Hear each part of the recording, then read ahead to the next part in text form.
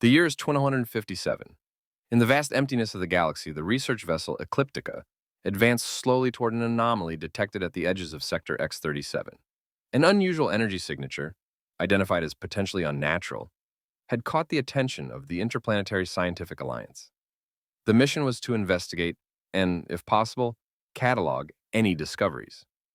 However, what began as a routine exploration would soon become something that would redefine the concept of existence. Dr. Alara Voss, the mission's chief astrophysicist, was fixated on the holographic monitors in the Ecliptica's main lab. The data from the probes was fascinating yet unsettling. The floating object emitted energy in patterns that seemed encoded, but no decryption system could interpret them. "This doesn't make sense," Alara said, rubbing her tired eyes. "It's like the object is alive, reacting intentionally." Jarek Nolan, the ship's commander, approached her with a freshly brewed coffee. "You've been at this for hours, Voss. You need rest. We'll approach the object tomorrow." "I know," she replied, accepting the coffee without looking away from the screen. "But something is wrong with these readings. It's moving in patterns that defy gravitational logic." At the back of the lab, Aiko Ren, the chief engineer, adjusted the primary sensors.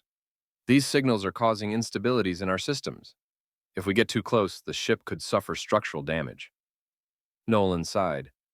"Tomorrow we'll decide how to proceed. For now, keep the systems stable." The next day, the Ecliptica adjusted its trajectory for a cautious approach. Once within a safe distance, advanced drones were deployed to map and analyze the object. The images they captured were transmitted in real time to the main monitors. "My God," Alara murmured, observing the object's intricate shapes. It resembled a colossal structure, composed of segments that moved slowly, like gears in a living machine. "This isn't natural," said Lila Moreau, the team's linguist. "The patterns on its surface, they might be a form of writing." The drones continued their approach but began to malfunction as they neared the object's core. Before losing the connection, they transmitted one final piece of data, the emission of a rhythmic frequency. "It's a signal!" exclaimed Alec Torres, the communications officer. "But it's unlike anything we've ever heard." Lila worked to decipher the frequency. After hours of analysis, she identified a single phrase: "You shouldn't be here." Faced with the situation's complexity, Nolan authorized a manned mission to investigate the object up close. The main team, Alara, Nolan, Aiko, and Lila, boarded an exploration capsule equipped with advanced protection systems. As they approached the object, the capsule began experiencing interference. "All systems are unstable," Aiko reported, "but we can still maneuver." The object's surface was even more impressive up close.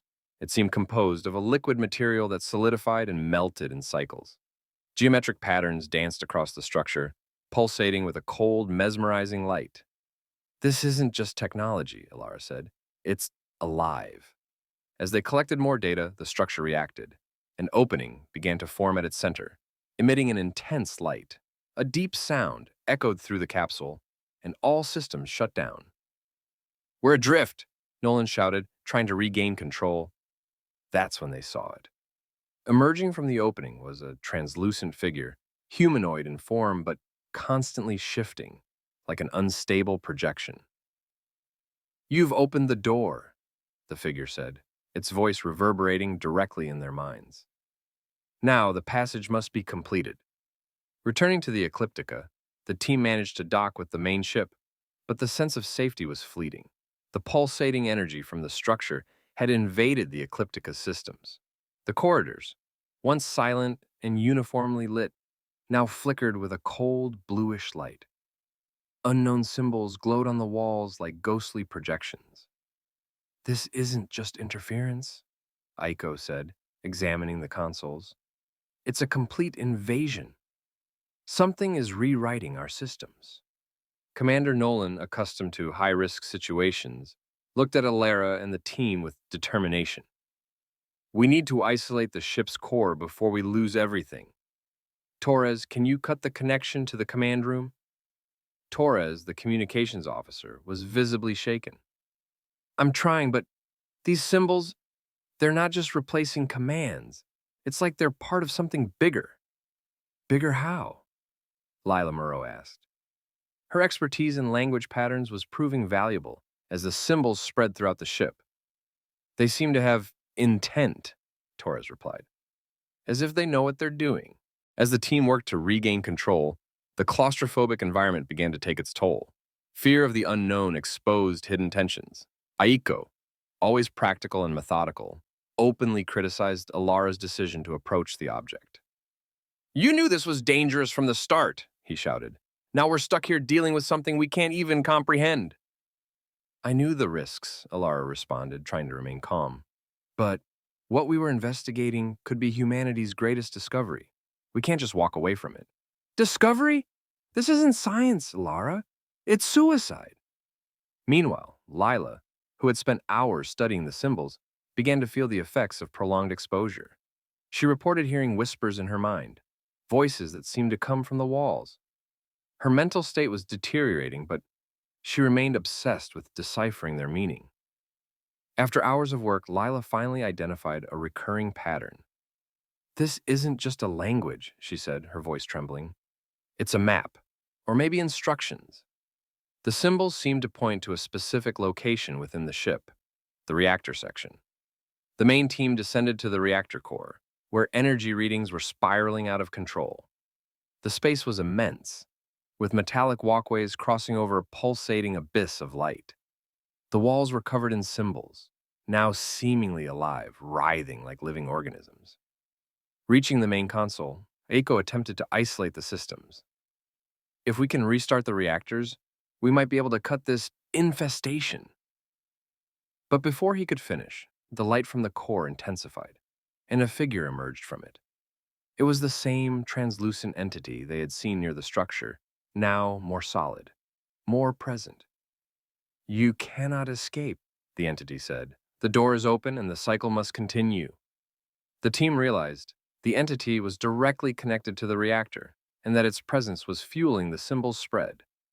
Alara devised a desperate plan: overload the reactor to destroy both the entity and the ship itself. "If we do this, we won't make it out," Nolan said. "We have to try," Alara replied. "If we let this continue, it could reach Earth." The plan required sacrifices. While Aiko and Lila worked to set the overload, Nolan decided to stay behind to ensure the sequence activated manually. "You need to leave," he said. "Take the data and warn the Alliance. What we've seen here cannot happen again." Alara hesitated, but knew there was no other choice. "You won't be forgotten," she said, leading the others to the escape capsule. The Ecliptica exploded in a blinding flash of light, destroying the structure and seemingly ending the threat. Alara, Aiko, and Lila escaped in the capsule, but the scars of the event remained. Lila, in particular, was deeply shaken. "The symbols, they're still with me," she said, revealing strange marks that had appeared on her skin. On Earth, the data collected by the team was analyzed exhaustively. Scientists discovered the structure was part of a much larger network spread across the galaxy. The explosion had sent a signal to other fragments. A new alert sounded. A similar anomaly had been detected in another sector. "This is just the beginning," Alara said, staring at the stars.